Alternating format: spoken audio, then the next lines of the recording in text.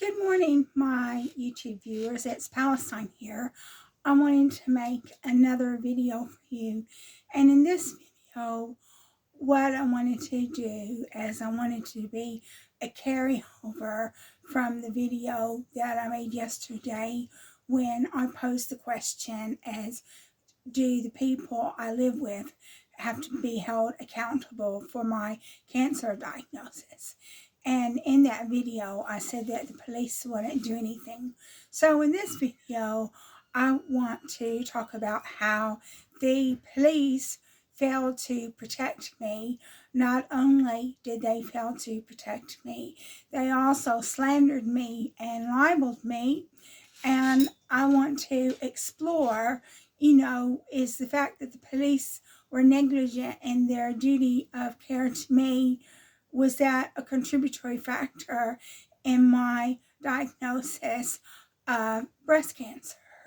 So basically, ever since I've been living in the street I live on, and it's well known all over the town I live in for being drugs, okay? And the police didn't do anything about it. The police just, whenever they were selling drugs on the street, the police just said, don't report them. For your own safety, don't report them, the drug dealers. So the police knew all about the drug dealers, and then eventually the police got rid of the drug dealers. But as somebody put on Facebook, they said, well, maybe they turned to a different type of crime. And so I do believe that they turned to a different type of crime, and that's a type of financial crime. But basically what happened was, yesterday I was on the bus and I saw one of the ladies that I live with, and I've known of her for 20 years maybe.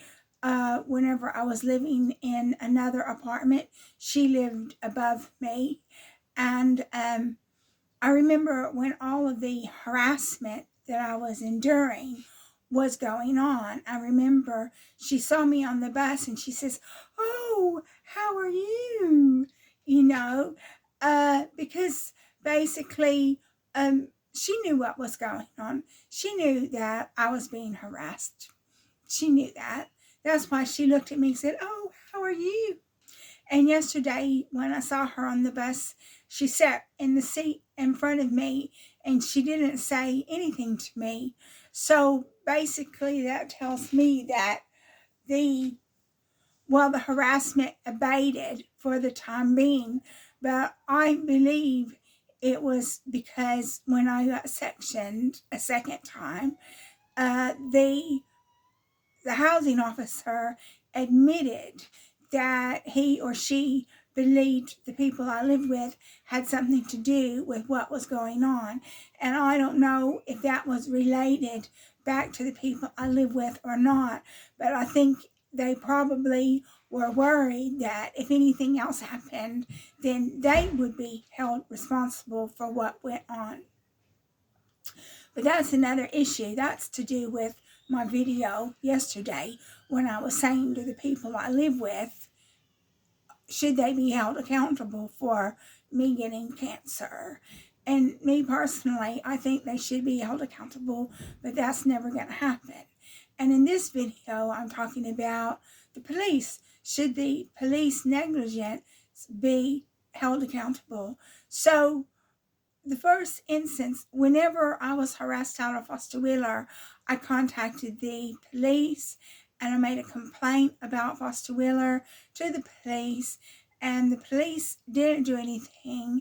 They called me into the office and they read me the Riot Act, and they said, if you don't like your job, just quit.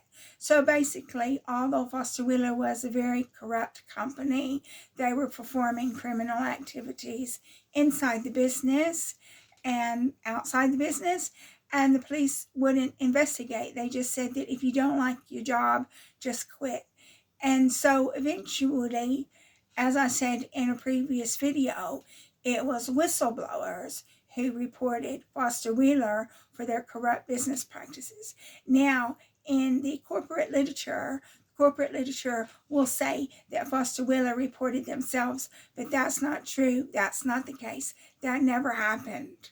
They're just saying that to sanitize what happened, but it was actually whistleblowers and Operation Car Wash were the ones that named people in Foster Wheeler for their corrupt business practices. And then it all came out that there was a worldwide corruption scam, Nigeria being one of the countries, Brazil being one of the countries, and I don't want to name the other countries because I'm not sure exactly, and I don't want to name them if I'm not sure exactly. But I know that Foster Wheeler had to pay reparations to the Nigerian government for some of the things that they did.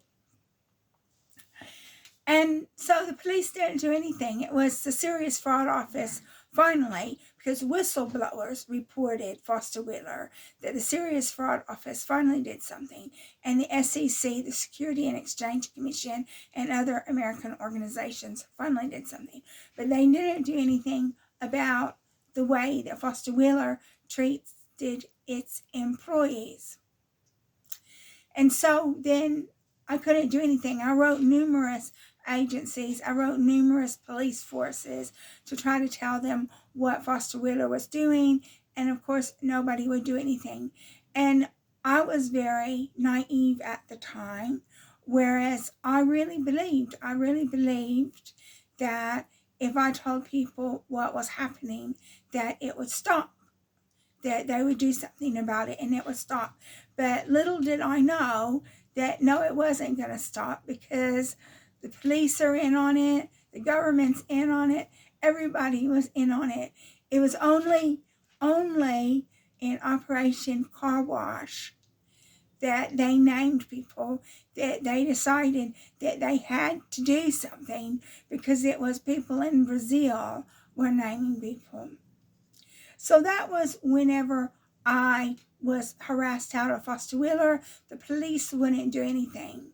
But I had no idea about just how deep the police were in Foster Wheeler. But one instance happened. I had some problems with my teeth, and I made a complaint to the police about what this dentist did to my teeth. And the police officer came to speak to me, and they spoke to me outside.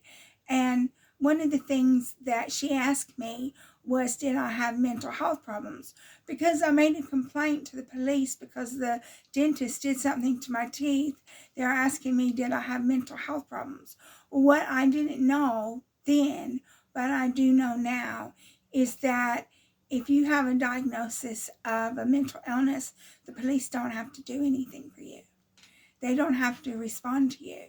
And then so I found out later when I did a subject access request, and all of the communications that I had with police, practically every comment that the police put in their communications with me was that I had mental health problems. And they did that to cover themselves, because they didn't want to do anything about what was going on.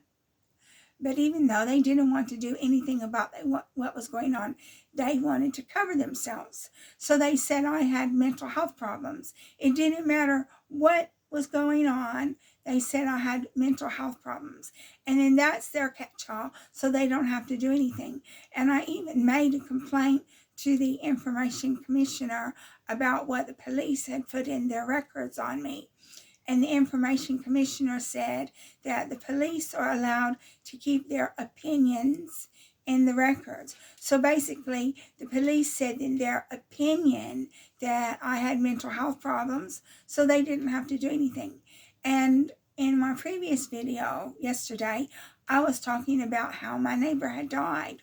Well, when my flat was being vandalized inside and outside of the house, I made a complaint to the IOPC or the IPCC. I made a complaint to the professional standards. It was first the professional standards, and then it was the IPCC or the IOPC, But I made a complaint about the police because the police didn't do anything. And then the complaint that I made, it covered the fact that my neighbor had died and the police didn't investigate it. It covered the fact that I had been harassed out of Foster Wheeler and the police didn't do anything about it. It covered the fact that this guy wore some toxic substance that caused me to have an allergic reaction. And then it covered the fact that my flat was being vandalized and the police wouldn't do anything. The police wouldn't investigate. The police wouldn't do anything. So I made this complaint and the police just said I was mentally ill. And another thing that happens is when you go to the mental hospital, for any reason, the psychiatrist will say, do you mind if I contact the police and tell them that you're here?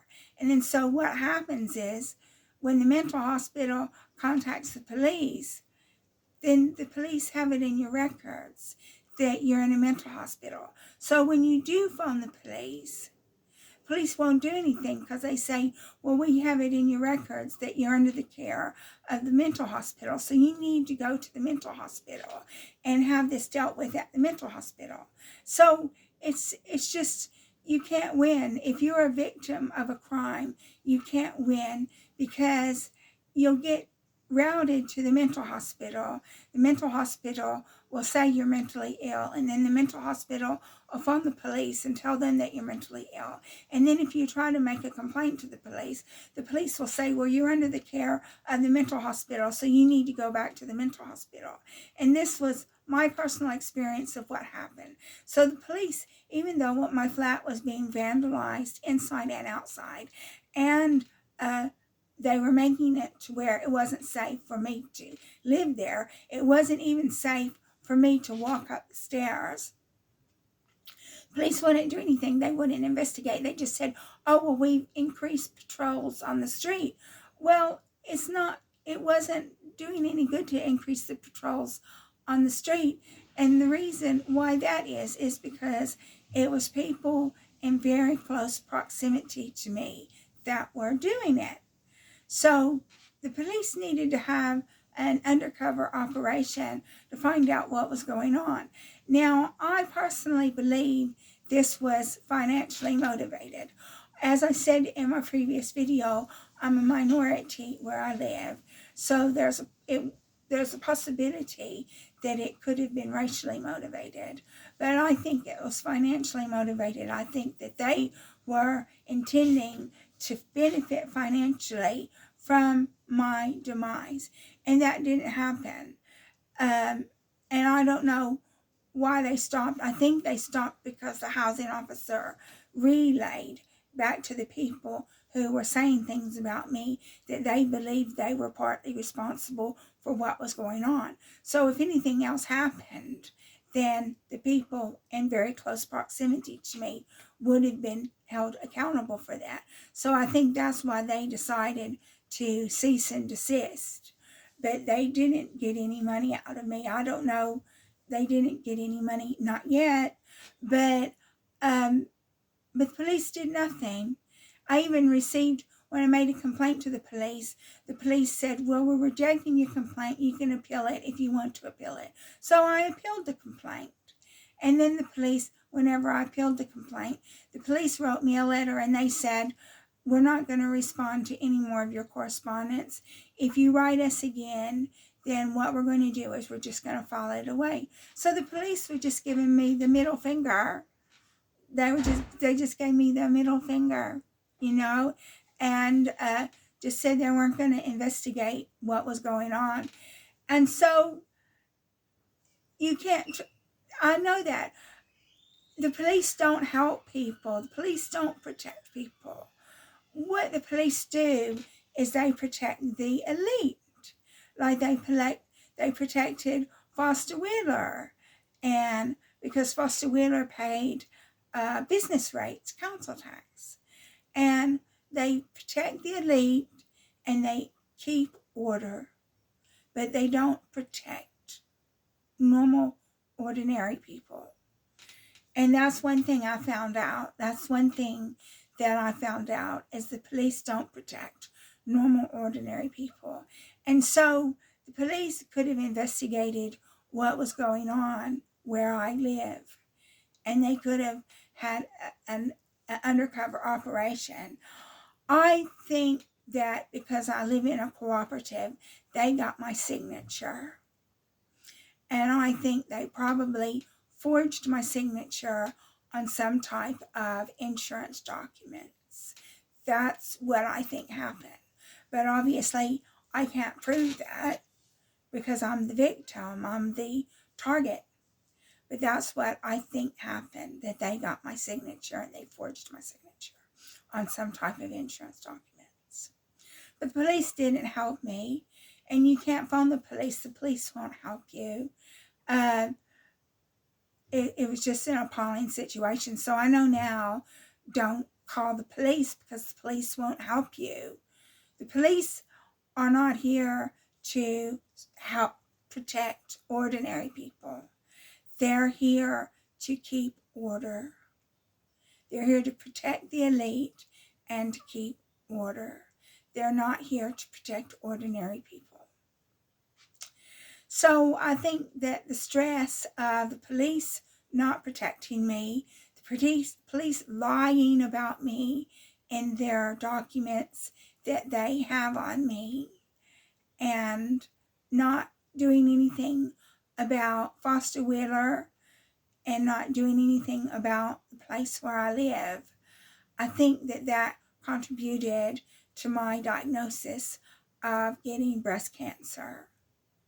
So that's the question. Is police negligence responsible for do the police need to be held accountable for their negligent practices that caused me to get breast cancer? It's another question.